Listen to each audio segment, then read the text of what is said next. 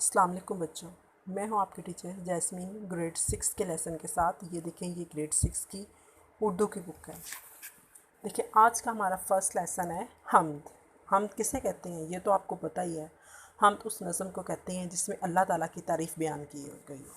ठीक है, किस नज़म को कहते हैं जिसमें अल्लाह की तारीफ़ बयान की गई उसे हम्द कहते हैं। ये देखें, ये ख़ास अल्फाज हैं। खुशनुमाई, इसके मायने खूबसूरती, निराली अनोखी, हिकमत दानाई, चटकना इसका मतलब है डाली का हिलना, हुदकना यानी चौंकना, परिंदों का, अतर, अतर का मतलब है खुशबू। अतर के क्या मायने हैं? खुशबू।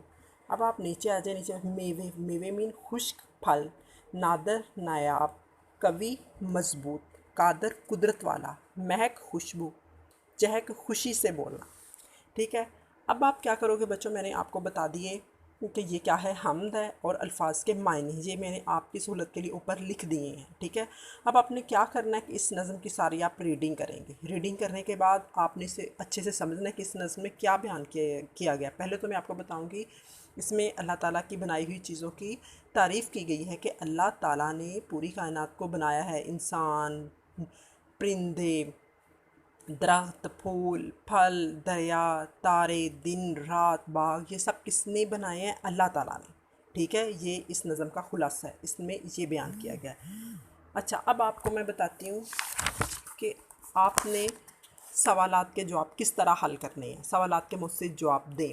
सवाल, हम किस नज़म को कहते हैं? ये तो आपको पता ही है कि हम उस नज़म को कहते हैं जिसमें अल्लाह ताला की तारीफ़ बयान की गई हो। सवाल नंबर 2 देखें, इस नज़म में बयान करदा अल्लाह ताला की कोई सी दो नेमतों का जिक्र करें। यानी जिन जिन चीज़ों का जिक्र किया गया, आप दरख्त भी लिख सकते हैं, फल फूल, आपने इस तरह लिखना है, इस नज़म में बयान करदा अल्लाह ताला की ये नेमतें हैं, ये लिख के आपने उनके आगे नाम लिख देने। अब देखें सवाल नंबर 3 जीम, फूलों को अतर में बसाने से क्या मुराद है? यानी फूलों में अल्लाह ताला ने खुशबू बसा दी है, फूलों में अल्लाह ताला ने खुशबू डाल दी है।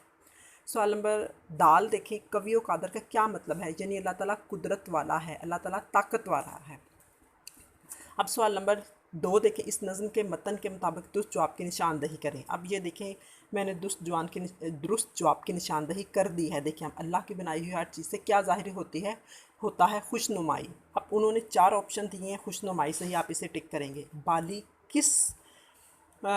किस चीज़ से भरी हुई है? बाली दानों से भरी हुई है। दिन को अल्लाह ताला ने क्या अजीब चीज़ बख्शी है? सफाई बख्शी है। आगे, मेवे से क्या चीज़ लदी हुई है? थाली, टोकरी, डाली, तो डाली को आप टिक करेंगे। अब ये देखें, सवाल नंबर 3 है, दर्ज झैल अल्फाज के मायने लिखें। ये मैंने आपके लिए ऊपर लिख दिया। खुशनुमाई का मायने खूबसूरती, कादर कुदरत रखने वाला, निराली अनोखी, हिकमत दानाई, डाली का मतलब है शाख। अब देखिए सवाल नंबर 4, दर्ज झैल अल्फाज के मुतजाद लिखें।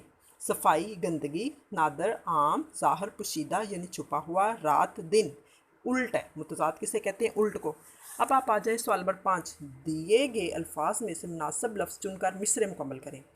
यानी नन्ही कलियाँ डैश रही हैं, चटक रही हैं। दिन को बख्शी अजब सफाई, डैश से नहीं है कोई खाली, हिकमत से।